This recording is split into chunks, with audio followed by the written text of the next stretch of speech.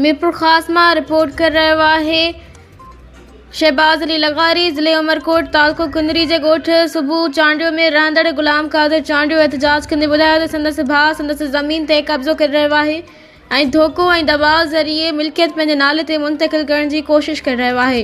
गुलाम कादिर चांडियो ॿुधायो त संदसि 75 एकड़ ज़रई ज़मीन मां 30 एकड़ ज़मीन संदसि भाउ मकादा जो बहानो बणाए धोखे सां पंहिंजे नाले कराए वरिती।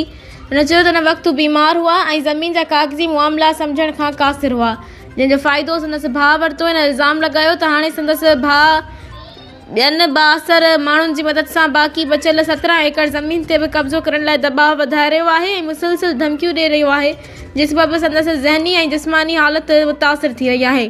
गुलाम कादिर चांडियो ॿुधायो त धमकियुनि ऐं दबाव जे करे हू शदीद बीमार थी चुका आहिनि ऐं ज़हनी तवाज़ुन मुतासिर आहे।